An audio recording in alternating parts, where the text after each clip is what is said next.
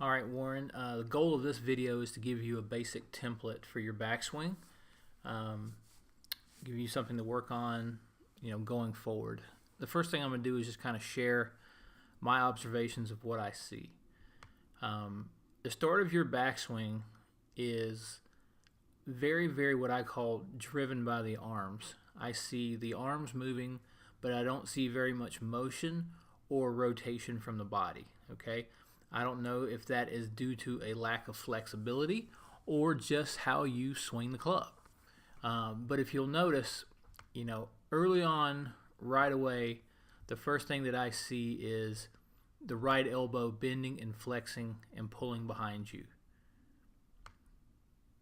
Okay? The problem with that is the more your right arm flexes, the more it moves back behind you, the more your right shoulder rotates internally. Okay? And if you're not sure what internal, external rotation is, I'll throw it up on the screen real quick. Okay, so if you start out with your arm in a vertical position up by your ear and you rotate it forward to where it's level to the ground, that's internal rotation. If you start out with your arm level to the ground, such as this, and you rotate it this way, that would be external rotation. So when you bend your arm the way that you are on the left, it's going into internal rotation. All right? Now the problem with that is this. The more that your right arm is internally rotating, it's preventing your hand path from moving back up and in. So it's preventing your hands from getting deep enough on the backswing. Okay? So if I stop you right here at this left arm parallel to the ground position, your hands by this time should have already swung inward to the point to where the shaft should be about right here and your left hand should be about, right here, somewhere in that ballpark. So this left arm needs to be way more in, and the hands need to be much deeper without pulling the right elbow back behind you. That's going to involve rotating the hips more on the backswing and rotating the shoulders more on the backswing. So when I see you next, we're going to have to do some movement screening just to see if can we rotate enough to create enough depth and a big enough backswing, or we're going to have to work around that. But the bottom line is, at the start of the backswing, you're not getting any depth to your hands by rotation of the body. You're getting depth to the hands because you're just simply compromising your arm structure and pulling your right arm back behind you. Okay? The player I want to show you, the player I had out here to the right, is more along kind of the model that I teach, or the preference that I have. Watch how his hands swing inward, but the club kind of stays out in front of him. Okay? So his hands are clearly moving at the start back up and inward. Notice how his left arm is in closer to his chest, where your left arm is out away from you. Notice how straight his right arm is versus how flexed your right arm is. Okay? Now this problem only gets worse because you still continue to not turn and you still continue to pull your right arm back. The problem is the right shoulder is now rotated so internally, it's going to be very difficult for you to shallow the club on the way down. Look at how much deeper his left arm is and where the shaft is in relation to his right shoulder at this point in the swing versus where yours is. So again, if we would to get your hand path deeper, put your shaft somewhere in that ballpark, we'd have a lot better chance of shallowing this club out on the way down. Okay? But because you have a short swing and because you have internal rotation of the shoulder, you get into a position at the top where, if you look at this forearm, the angle that your forearm is on here is a big indicator of internal and external shoulder rotation.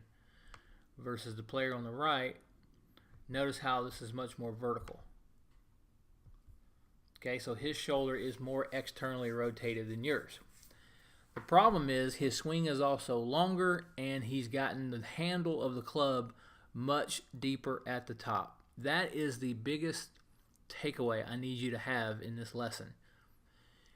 The deeper that we can get the handle at the top, the longer we can apply an outward force on the grip in the downswing.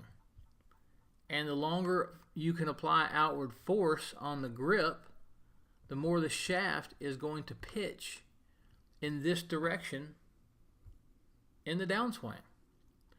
The problem in your case is the swing is so short, you can only apply outward force for a very short period of time. Think of it this way. Your club has a balance point, and that balance point is this little dot I'm putting on the shaft. And the direction of the force that you apply on the club is going to influence the movement of the center of mass of that club. Sorry. There's the balance point again. And let's say that you apply an outward force on the grip in this direction. That center of mass is going to try to align itself with the direction of the force that's being applied to the grip. So watch how the shaft works closer to that line as you apply the force. You can see that right there, okay? The problem is you can't apply force long enough because your swing is too short and because your hands don't work far enough up in this direction. So what you have to do is this. If we work through the flexibility stuff, and when you tell me, Jeff, this is as big a turn as I can make, I cannot turn my shoulders anymore, and I can't get my hands any deeper. The matchup that we have to then change is, okay, I'm fine with that. But you can no longer have your club up and across the line like this. You're going to need to make a backswing where your shaft is somewhere along this at the top. And here's your club head. And the center of mass of that new club is still right here. And you're going to still apply that outward force on the grip. And you're still going to have the club center of mass working towards that line. What that will result in is a more functional, so about right here in the downswing, your shaft would be somewhere about here. Or it might even be slightly below it by this point. The bottom line is we have to either A, create a bigger backswing with more depth to the hands at the start, or we have to change this shaft position at the top. But you can't have this shaft position, the one I just drew, the new one, with this internal rotation. Because the more you're internally rotated at the top, so the more that this forearm is in this direction, the more this club's going to be pointed over here. And the more this forearm is vertical, the more this club's going to be pointed over here. So again, if you look at the player on the right from the start of the backswing, you don't see his right arm bending very much like yours. It has a little crease in the elbow. From there, the left arm rotates, the shoulders keep turning, and the hands keep moving back, up, and in. Back, up, and in. Back, up, and in. They have an inward component to them, whereas yours don't. And then from there, as he just starts rotating with his body, the shaft starts shallowing, and he can just continue to rotate. Okay? I don't even want to get into any kind of downswing thoughts with you right now. We need to change this backswing.